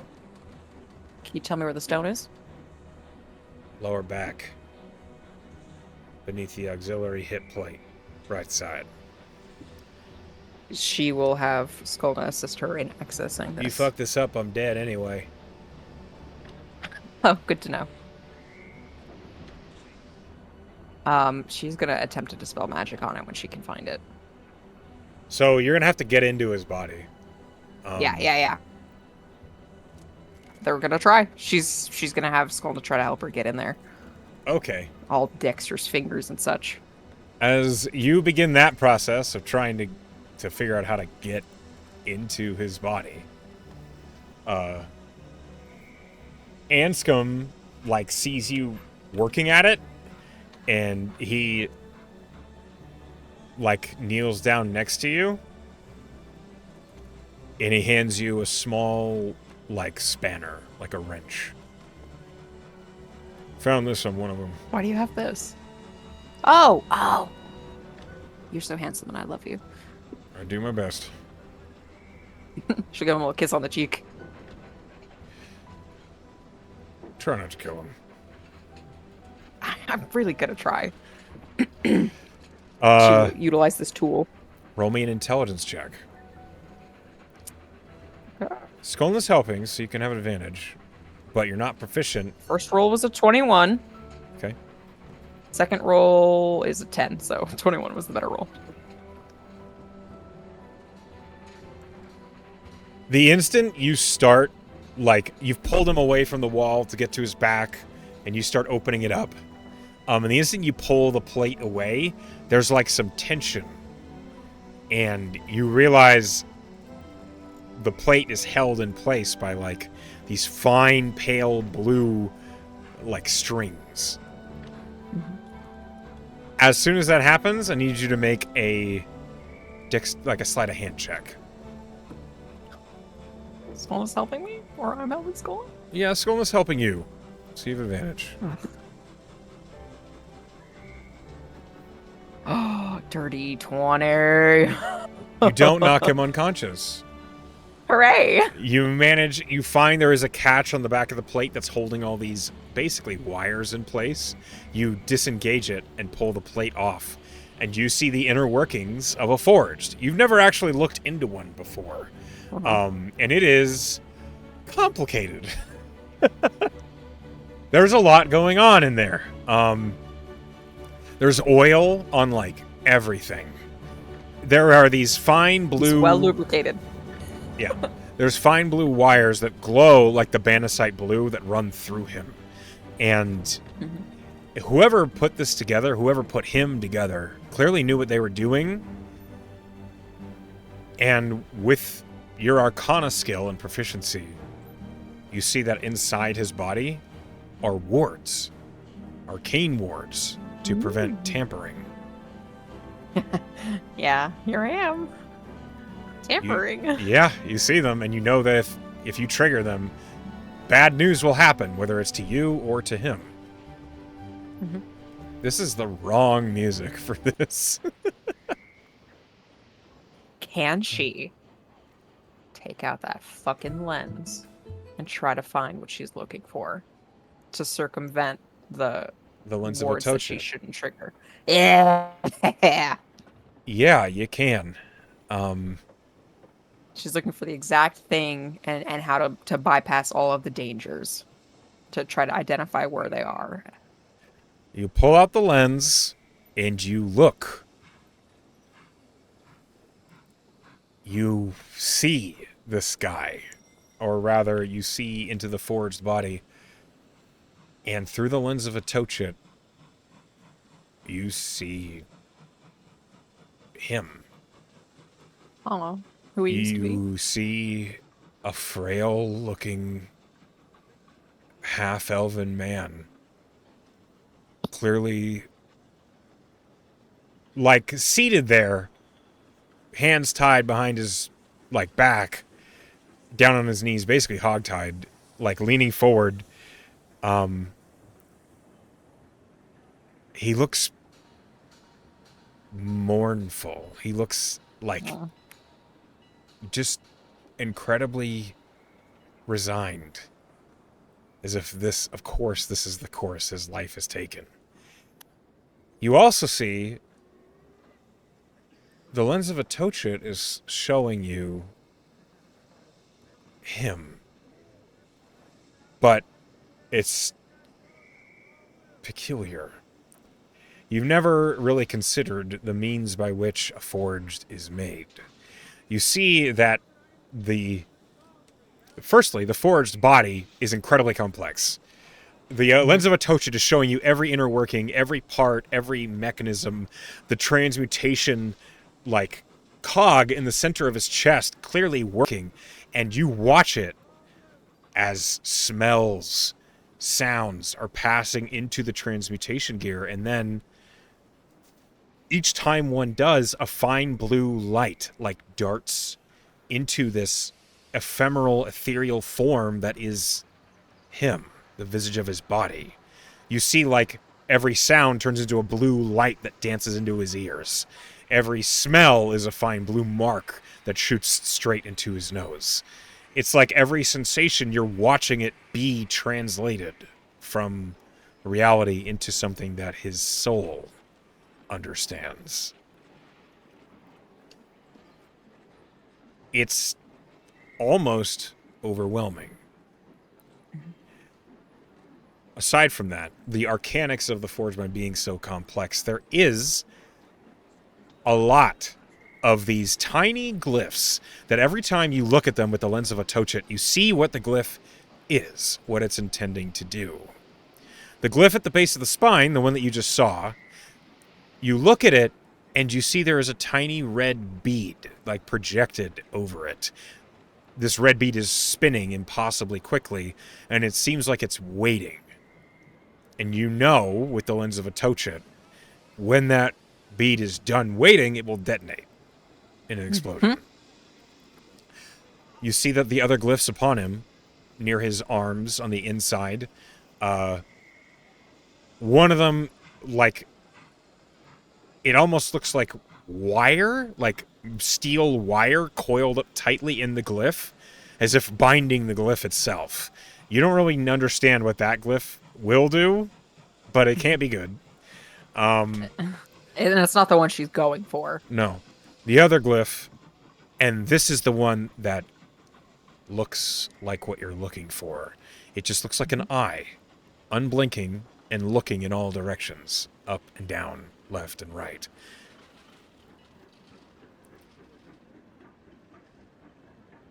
That is what she is going to try to dispel.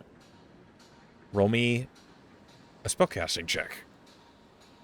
Yeah, sure. 16.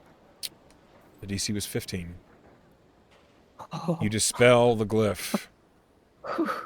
As you do, the magic, you watch through the eye of a Tochit as the dispel magic, like, washes over it, and it's almost like the glyph itself burns. You see sparks, like, fueling through the different arcane runes, and you watch as your spellcasting check, you watch as your own proficiency in Arcana deciphers, disassembles, and disentangles this glyph in the correct order to not set it off until it's gone and there was nothing left of it. You succeed. I got it. That was it? I didn't feel like Mhm. anything. I was very careful. Okay, can you put me back together That now?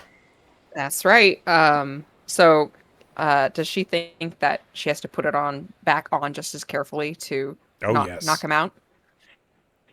Can she ask Skolna to do that for her if she explains the process? Because she's gonna do a much better job than Lorna is. Yeah, Skolnick can do it. The light of hand is gonna be much better than mine. Skolnick does it.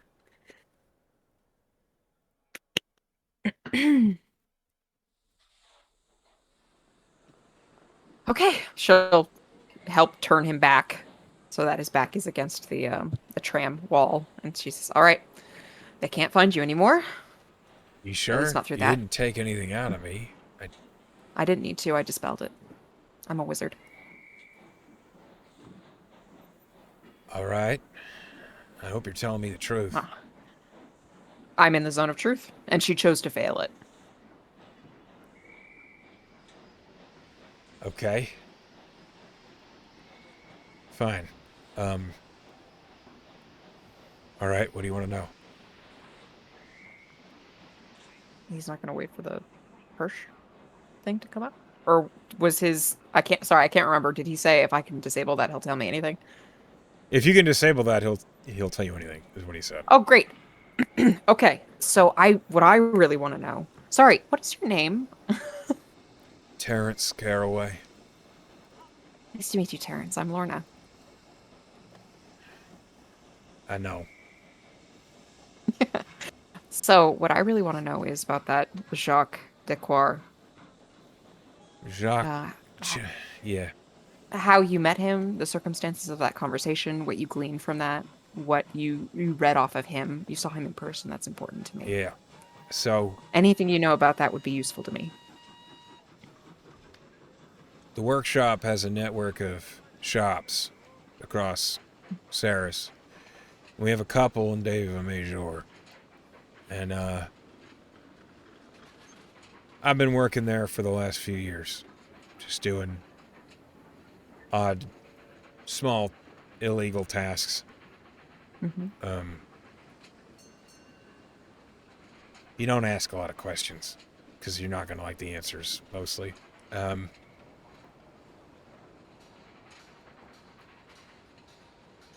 we were hired in person by Jacques. He came to the workshop, said that he needed a crew to handle an important and complicated task, dealing with Marigard mercenaries. Ones that are well equipped. And he knew that we have the means to disable a lot of magical enchantments, the means to fight those with a lot of gear, because we do. Um, he said he was sponsored.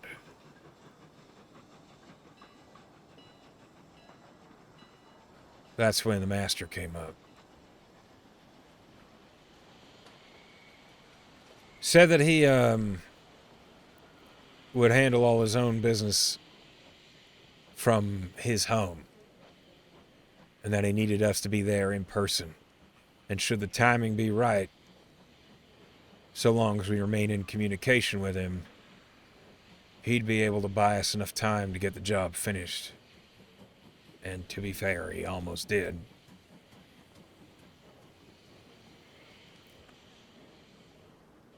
He came alone, and he paid a lot of money up front.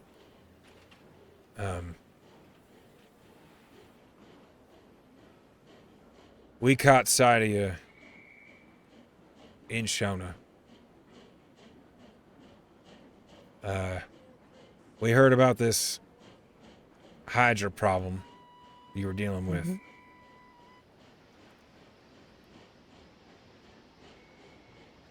Figured we'd catch you on the way south. Jacques was the one who told us that you had decided to take the tram. Interesting. I don't know how he learned Did, that. I was gonna say, did you know how he? That's fair. Gotta assume he's got a contact or something. I don't know. Or maybe the master told him. They seem to Fair be assumption. in pretty close conversation a lot. Lots of sendings and whatever. We caught you at Checkpoint Alto. Just a couple modified memories to keep the conductors off our back. Isolate your sleeper car. Get it silenced. That's all we needed to do, then we just gave Jacques the go-ahead. He said that you'd be handled.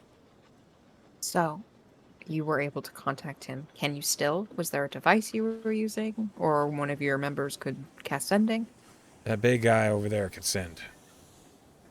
The big one.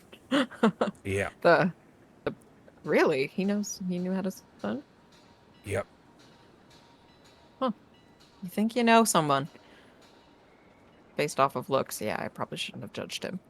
Well, I didn't expect that big guy of yours to summon a sword out of his hands, but he did. Yeah, he's a little cutie with many secrets. So I think the moral of the story is we shouldn't judge a book by its cover, should we? Mm-hmm.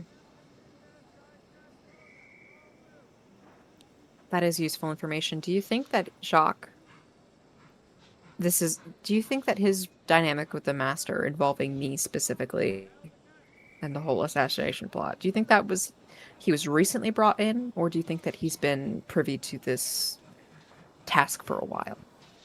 Just based on assumptions alone. Based on the conversations, it sounded like he's trying to impress her. So I don't think it's something that's been around for a while. It's pretty embarrassing, Jacques. She's kind of mumbles that to herself. It's just I knew him a couple years ago. Not well, but it was surprising to see him again tonight. I know it was just business with you and your crew. I don't hold that against you. They're dead anyway, so...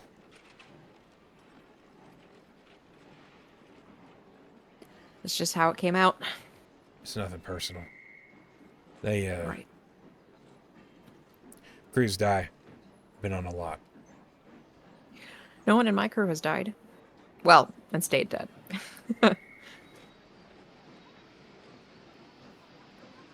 Considering how many, knives are following you, you should be proud of that, I suppose. Right. Well, I know you're already kind of sold on the idea just because it's pretty much the only option, but the Marikar did train me to be this competent. Can I make a recommendation? Sure. Don't use your real name. You were real easy Lorna to track. isn't my real name. Yeah, but it's the name we know you by.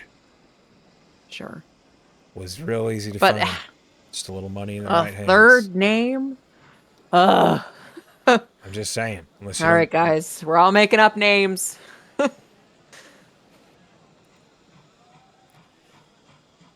He shrugs. Listen, we're still in the zone of truth. You're still under its effects. Mm-hmm. If we untie you, will you play nicely? Well, considering you just scraped out the only means by which the workshop has held my life ransom for me for the last few years, yeah, I think I'd play nice. That's great, because I don't like to kill unless I have to. I wish I could say the same, but I've had to do it a lot, and one worries what that does to your soul. I can see your soul. Great. I'm sure it's just dandy. He doesn't know what to do with what you just said. He seems weirded out. I think it's been a long time since you've experienced the feeling of hope. Yeah.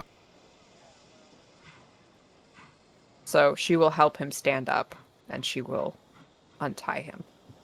Or at least have Tier help her, because he probably tied a decent knot. Okay. Tier, as you're untying him, Tier just says, "You sure about this?" He promised. And he's in the zone of truth. All right. Just have that mace get ready, eh? She'll take the Jack of Blades mask out. They're not going to come after us again tonight, you don't think, Terrence? He, like, considers it for a moment. We're the only crew that was in the area, so unless there's one I don't know about. Do you know how many other groups are coming after us? I'm just curious. I know there's some specialty assassin from some extra Minos? plane. Yeah. Well, via the fire plane, yeah, I'm aware of him. All right. He's supposed to be among the best. He's after you. He's pretty good. Yeah, he's pretty good. He hasn't succeeded yet, but he's Clearly. trying. I think the seventh trellis is on the payroll, but I haven't heard anything about him yet. Okay, that makes sense. And the Red Ledger, they're definitely picked up on it. Okay. You're kind of an open bounty now. You understand? Sure. Well, it's when she finally decides to deal with us herself that I'll feel like she's taking us seriously. Don't count on it. Well, that will be her biggest mistake. Or the safest decision. We'll see. In my experience, killing adventurers, you have to surprise them.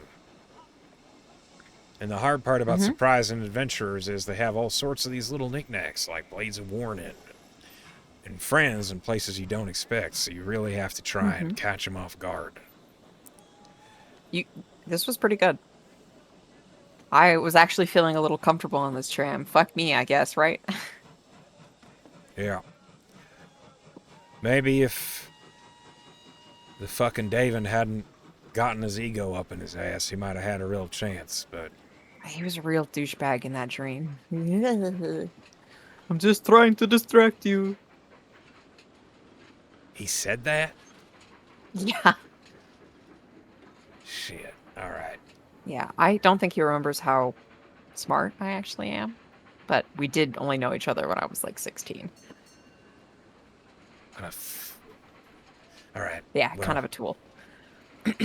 So, how about you just sit down? We need to clean up this mess.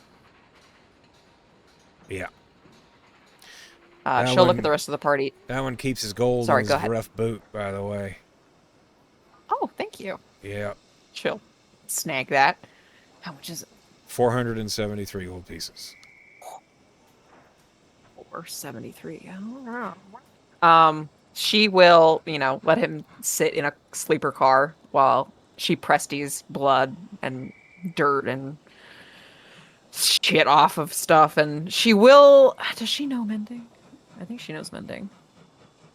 She doesn't know mending. Useless, Lorna. Well, she's just gonna get billed for that window, I guess. Probably. Yep. Both windows. I'm trying to see. I think. No, I don't think any of your party knows mending. That's unfortunate. All right. Womp. All right. Well, she's gonna take a piece of parchment and stick it next to the window, and she's gonna write, "Sorry, bill me." As you begin the process of cleaning up after your ambush in the middle of the night on the tram. Did she get word back from Persh? Yes. From Persh, you have a message that just says, I need his name. I need a time frame. And that's basically it. Just All right. So, where are they on their tram ride? How many days out of Augur City? You're a day and a half out. You're halfway through. She can assume that once they get to Augur City, it's a quick jaunt to the Arcanium where he. It's you know where it is. It's literally across the street from the station. Okay, so she will take out Persh. Thank you. His name is Terrence Caraway. He's a forged. He'll have the tuition on him. A day and a half and send it. Okay. She will look at Terrence. You have any money on you? He opens his own left steel boot, and he pulls out a small pouch, and he holds it out. How much? I'm not robbing you. I'm just wondering if you need any more Oh. for the tuition. All right, about 60 gold. Just All enough. right, she'll put 50 down so that he has a little wiggle room. How much is tuition? 100. Oh, all right. You're also not the first person whose tuition I've paid for. Weird, right? You have a bleeding heart. Yeah. As that decision is made, and you give him basically 110 gold, is what he's at now. That is where we will call tonight's session. Woohoo! I survived, Well bitches! done. You did survive the ambush on the Silver Express. As we come to the end Murder of on the session. Silver Express. Lorna is gonna write that book. Okay. But not. Oh, and they kicked the bodies off the tram after they were done with them. I figured you would.